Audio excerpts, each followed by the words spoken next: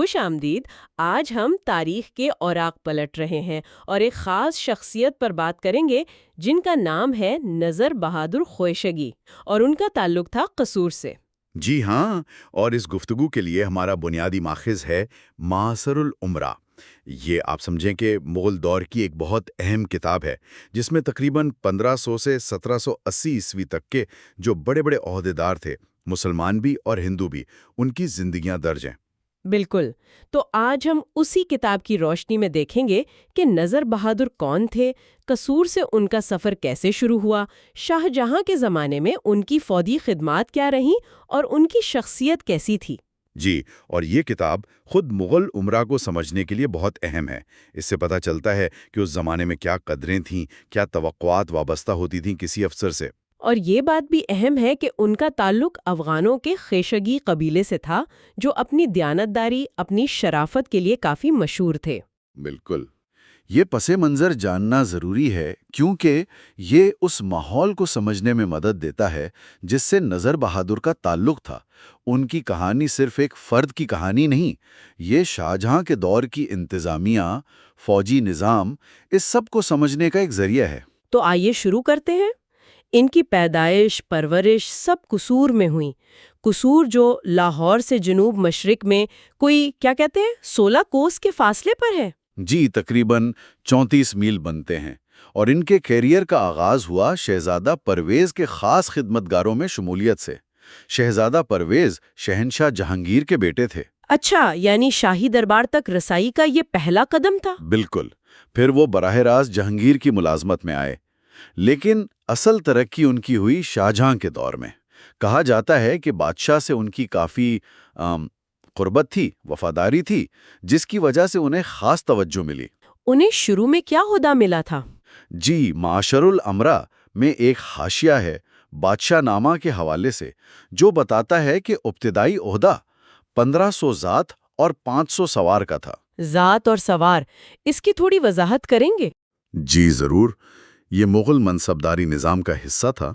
ذات سے افسر کا ذاتی رتبہ، اس کی تنخواہ طے ہوتی تھی، اور سوار کا مطلب تھا کہ اسے کتنے گھڑ سوار فوجی رکھنے ہیں اور ان کی دیکھ بھال کرنی ہے۔ اچھا، تو یہ صرف فوجی نہیں بلکہ سماجی رتبے کی بھی نشانی تھی۔ بالکل، اور پھر شاہجہاں کے 20ویں سال جلوس میں، مطلب حکومت کے 20ویں سال میں، ان کے منصب میں مزید 500 ذات کا اضافہ ہوا۔ تو ترقی کا سلسلہ جلد ہی شروع ہو گیا؟ ایسا ہی لگتا ہے۔ شاہجہاں کے دوسرے سال جلوس میں ہی انہیں سنبھل کا فوجدار بنا دیا گیا۔ فوجداری ایک اہم انتظامی اور فوجی عہدہ تھا۔ علاقے میں امن و امان قائم رکھنا ان کی ذمہ داری تھی۔ اور یہیں سے شاید ان کے بڑے فوجی کارناموں کا آغاز ہوتا ہے۔ دولت آباد کا ذکر بہت آتا ہے۔ آپ نے صحیح پکڑا، دولت آباد کا محاصرہ ان کے کیریئر میں ایک اہم موڑ تھا۔ یہ بہت مشکل محاصرہ تھا۔ معاصر الامراء میں اس کی تفصیل بھی ہے۔ بتایا گیا ہے کہ جب شاہی فوج قلعے کے ایک بیرونی حصے ایمبر کوٹ پر حملہ کر رہی تھی، جی ہاں، تو قلعے والوں نے اوپر سے اتنی شدید گولہ باری، تیر اندازی اور پتھراؤ کیا کہ شاہی فوج آگے نہیں بڑھ پا رہی تھی۔ یعنی حملہ ناکام ہوتا نظر آ رہا تھا۔ بالکل، فوج پیچھے ہٹ کر پناہ لینے لگی تھی۔ ایسے نازک موقع پر نذر بہادر نے بہت ہمت دکھائی۔ انہوں نے نصیری خان دوران، جو بعد میں خانے دوران بنے، ان کے ساتھ مل کر اچھا، مرکزی حملے کی سمت سے ہٹ کر دائیں طرف سے قلعے پر حملہ کر دیا۔ وہ نہ صرف دیواروں تک پہنچے بلکہ اندر گھس کر ہاتھ لڑائی شروع کر دی۔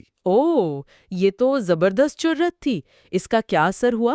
اس غیر متوقع حملے سے محافظوں کے آپ کہیں کہ حوصلے ٹوٹ گئے، ان کی توجہ بڑھ گئی۔ اس سے شاہی فوج کو دوبارہ منظم ہو کر حملہ کرنے کا موقع ملا، اور آخرکار مہاکوٹ نامی قلعہ فتح ہو گیا۔ واہ، تو اس کارنامے سے ان کی دھاک بیٹھ گئی ہوگی؟ جی بالکل، ان کی شہرت ایک بہادر اور کام نکالنے والے کمانڈر کے طور پر قائم ہوئی۔ بادشاہ بھی بہت خوش ہوئے اور انہیں خاص انعام و اکرام سے نوازا۔ اتنی بڑی کامیابی کے بعد تو ان کا ستارہ عروج پر ہونا چاہیے تھا، لیکن پھر کہانی میں ایک عجیب موڑ آتا ہے۔ جی ہاں، اور یہ واقعی حیران کن ہے۔ اس کامیابی کے کچھ عرصے بعد ہی وہ تقریباً 2 سال تک شاہی ملازمت سے باہر رہے۔ 2 سال؟ لیکن کیوں؟ معاصر الامراء وجہ بتاتا ہے؟ نہیں، کوئی واضح وجہ نہیں بتائی گئی۔ یہ ایک معمہ سا ہے۔ اتنی کامیابی کے فوراً بعد ایسا ہونا عجیب ہے۔ تو پھر واپسی کیسے ہوئی؟ واپسی بھی ان کی شخصیت کی وجہ سے ہوئی۔ ماخذ کہتا ہے کہ ان کی سچائی پسندی، درست طبیعت اور مستقل مزاجی کی وجہ سے انہیں دوبارہ بلایا گیا، یعنی ان کی ذاتی خوبیاں بھی اہم سمجھی گئیں۔ اچھا۔ شاہجہاں کے 14ویں سال جلوس میں وہ نہ صرف بحال ہوئے بلکہ ترقی بھی ملی۔ منصب بڑھا کر 2500 ذات اور 1500 سوار کر دیا گیا۔ تو ان کا کردار ان کے کیریئر میں اہم رہا۔ واپسی کے بعد کیا مصروفیات رہیں؟ واپسی کے بعد انہوں نے پھر سے خود کو منوایا۔ 15ویں سال جلوس میں شمالی ہندوستان میں چکی ملک کی مہم میں حصہ لیا۔ وہاں ماؤں اور تارا گڑھ جیسے مشکل پہاڑی قلعے فتح کرنے میں ان کا اہم کردار تھا۔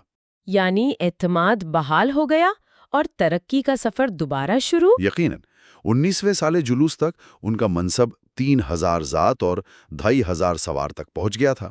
یہ ایک بڑا عہدہ تھا۔ اور اسی سال انہیں ایک بہت بڑی مہم، بلخ اور بدخشاں کی مہم کے لیے شہزادہ مراد بخش کے ساتھ بھیجا گیا۔ یہ مغلوں کی وسطی ایشیا میں اثر و رسوخ بڑھانے کی کوشش تھی۔ لیکن یہاں بھی ایک اور کیا کہیں ٹوسٹ آیا۔ انہوں نے اس اہم مہم سے ریٹائرمنٹ لے لی۔ یہ تو اور بھی حیران کن بات ہے۔ جی، یہ بہت غیر معمولی ہے۔ ماخذ اس کی وجہ یہ بتاتا ہے کہ شاید انہیں وہ علاقے وسطی ایشیا پسند نہیں آئے۔ وہ شاید ہندوستان، اپنے وطن پنجاب، قصور کے قریب رہنا زیادہ پسند کرتے تھے۔ یعنی ہوم سک ہو گئے تھے۔ کچھ ایسا ہی لگتا ہے۔ ماخذ کہتا ہے کہ ان میں آرام پسندی بھی تھی۔ بہرحال انہیں کلیج خاں جو سینئر کمانڈر تھے ان کی اجازت سے سب کو دوش ہونے دیا گیا۔ لیکن ان کا پلان تو کچھ اور تھا۔ انہیں سعد اللہ خان وزیر اعظم کے ساتھ بدخشاں کی حفاظت کرنی تھی۔ جی، مگر انہوں نے وہ ذمہ داری چھوڑی اور کچھ راجپوت سرداروں کے ساتھ ہندوستان کی طرف چل پڑے۔ وہ پشاور تک پہنچ گئے۔ مگر ایسے مہم چھوڑ کر آنا تو سنگین معاملہ ہوگا۔ بالکل۔ انہیں پشاور میں دریائے سندھ پار کرنے سے روک دیا گیا۔ وہ وہیں پھنس گئے۔ لیکن بعد میں جب شہزادہ اورنگزیب نے کمان سنبھالی تو نذر بہادر کسی طرح دوبارہ اسی مہم کا حصہ بن گئے۔ یہ واقعہ ان کے کیریئر کے اتار چڑھاؤ کو ظاہر کرتا ہے۔ اس کے بعد قندھار مہم کا ذکر آتا ہے۔ وہ کیا معاملہ تھا؟ قندھار مہم ان کے لیے ایک اور بڑا موقع ثابت ہوئی۔ یہ شاہجہاں کے 23ویں سال جلوس کی بات ہے۔ قندھار اس وقت مغلوں اور ایران کے صفویوں کے بیچ ایک متنازع علاقہ تھا۔ وہاں ان کا کیا کردار تھا؟ وہ رستم خان دکنی کی قیادت میں ہراول دستے یعنی فوج کے اگلے حصے میں شامل تھے۔ ان کا مقابلہ ایک بہت بڑی ایرانی فوج سے ہوا۔ ماخذ کے مطابق کوئی 30,000 فوجی تھے۔ 30,000 اور مغل فوج؟ مغل فوج تعداد میں کافی کم تھی۔ لڑائی بہت شدید ہوئی۔ ماخذ نذر بہادر کی بہادری کو غیر معمولی قرار دیتا ہے۔ تو نتیجہ کیا نکلا؟ تعداد کی کمی کے باوجود وہ اور ان کے ساتھی بہت ہمت سے لڑے۔ اگرچہ وہ دشمن کو شکست نہیں دے سکے، لیکن وہ کامیابی سے پیچھے ہٹے اور باقی شاہی فوج سے جا ملے۔ یہ بھی ان کی فوجی مہارت تھی۔ اور اس بہادری کا صلہ؟ جی بالکل۔ اس جنگ کے بعد 1062 ہجری یعنی 1652 عیسوی میں ان کی خدمات کے اطراف میں ان کا منصب بہت بڑھا دیا گیا۔ 4000 ذات اور 4000 سوار۔ 4000 منصب، یہ تو بہت ہی اعلیٰ عہدہ تھا۔ جی ہاں، یہ ان کے کیریئر کا عروج تھا۔ وہ سلطنت کے طاقتور ترین امراء میں شمار ہونے لگے۔ تو یہ تھی ان کی فوجی زندگی۔ قصور سے شروع ہو کر مغل فوج کے اعلیٰ ترین عہدوں تک پہنچے۔ لیکن معاصر الامراء ان کی شخصیت کے بارے میں کیا کہتا ہے؟ کیا وہ صرف ایک سخت فوجی تھے؟ نہیں، یہی تو بات دلچسپ ہو جاتی ہے۔ کتاب ان کے ذاتی کردار پر بھی روشنی ڈالتی ہے۔ ان کا انتقال لاہور میں ہوا۔ ان کے 3 بیٹے تھے، شمس الدین، قطب الدین اور اسد اللہ، جنہیں والد کے بعد مناسب منصب ملے۔ اور خود ان کی شخصیت اتنے بڑے عہدے پر پہنچ کر ماخذ خاص طور پر ان کی تقوی اور دیانتداری کا ذکر کرتا ہے۔ اور حیرانی کی بات یہ ہے کہ اتنے بڑے منصب کے باوجود ان میں غرور بالکل نہیں تھا۔ لکھا ہے کہ وہ ایک درویش کی طرح سادہ زندگی گزارتے تھے۔ ایک 4000 منصب دار اور درویشانہ زندگی، یہ تو عام مغل امیر کے تصور سے بہت الگ ہے۔ بالکل۔ اور ایک اور پہلو، ان کا اپنے ماتحتوں سے سلوک تھا۔ ان کے زیادہ تر سپاہی اور نوکر ان کے رشتہ دار یا قبیلے کے لوگ تھے۔ وہ ان سے بھائیوں جیسا سلوک کرتے تھے۔ بھائیوں جیسا؟ جی، یہاں تک لکھا ہے کہ وہ دن میں ایک وقت کا کھانا اپنے عام سپاہیوں کے ساتھ بیٹھ کر کھاتے تھے۔ یہ اس زمانے کے کسی بڑے امیر کے لیے بہت ہی غیر معمولی بات تھی۔ یہ تو واقعی بہت متاثر کن ہے۔ اپنے سپاہیوں کے ساتھ کھانا، یہ ان کی عاجزی دکھاتا ہے۔ مالی دیانتداری کے بارے میں بھی کچھ ہے؟ جی، اور یہ شاید سب سے حیران کن بات ہے۔ ماخذ کہتا ہے کہ وہ اپنی جاگیر سے ہونے والی آمدنی کا پورا حساب رکھتے تھے اور بادشاہ کو پیش کرتے تھے۔ اچھا۔ اور وہ اس آمدنی میں سے صرف اتنی رقم لیتے تھے جتنی سرکاری اخراجات جیسے سپاہیوں کی تنخواہیں وغیرہ کے لیے ضروری ہوتی تھی۔ باقی ساری رقم شاہی خزانے میں جمع کرا دیتے تھے۔ کیا مطلب؟ اپنے ذاتی استعمال کے لیے کچھ نہیں رکھتے تھے؟ ماخذ کے الفاظ ہیں کہ وہ اپنے لیے کچھ بھی نہیں رکھتے تھے، اپنی ذاتی ضرورت کے لیے بھی نہیں۔ یہ تو یقین کرنا مشکل ہے۔ اتنی ایمانداری، اپنی جاگیر کی آمدنی سے بھی کوئی ذاتی فائدہ نہیں؟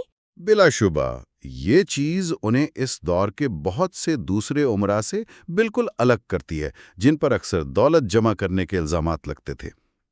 نذر بہادر کی سادگی، تقوی، اپنے لوگوں کا خیال اور یہ مالی دیانتداری، یہ سب مل کر ایک غیر معمولی تصویر بناتے ہیں۔ تو آج ہم نے نذر بہادر خشکی کے سفر کو دیکھا، قصور سے اٹھ کر مغل سلطنت کے ایک اعلیٰ ترین کمانڈر بننے تک۔ دولت آباد اور قندھار میں ان کی بہادری، منصب میں ترقی، کیریئر کے اتار چڑھاؤ اور سب سے بڑھ کر ان کی شخصیت، تقوی، دیانتداری، سادگی اور اپنے سپاہیوں کا خیال۔ جی، ان کی کہانی ہمیں مغل فوجی نظام کے بارے میں تو بتاتی ہی ہے، لیکن اس سے بھی اہم بات یہ ہے کہ یہ کردار کی اہمیت کو اجاگر کرتی ہے۔ جس طرح معاصر العمرا ان کی دیانت اور تقوی پر زور دیتا ہے، اس سے لگتا ہے کہ ان خوبیوں کی بھی قدر تھی۔ یہ مغل عمرا کی ایک زیادہ آپ کہیں کہ متنوع تصویر پیش کرتی ہے۔ اور آخر میں ایک سوچنے کی بات چھوڑ جاتے ہیں۔ اگر نذر بہادر اپنی جاگیر سے ذاتی فائدہ نہیں اٹھاتے تھے، جبکہ اس دور کے کئی دوسرے امراء شاید ایسا کرتے ہوں، تو یہ مغل اشرافیہ کے اندر اخلاقیات اور محرکات کا تنوع کے بارے میں کیا بتاتا ہے؟ کیا وہ بالکل منفرد تھے یا ایسے اور بھی لوگ تھے جن کی کہانیاں ہم تک نہیں پہنچیں؟ بالکل، یہ ایک ایسا نقطہ ہے جو ہمیں مغل معاشرے کی پیچیدگی پر مزید غور کرنے کی دعوت دیتا ہے۔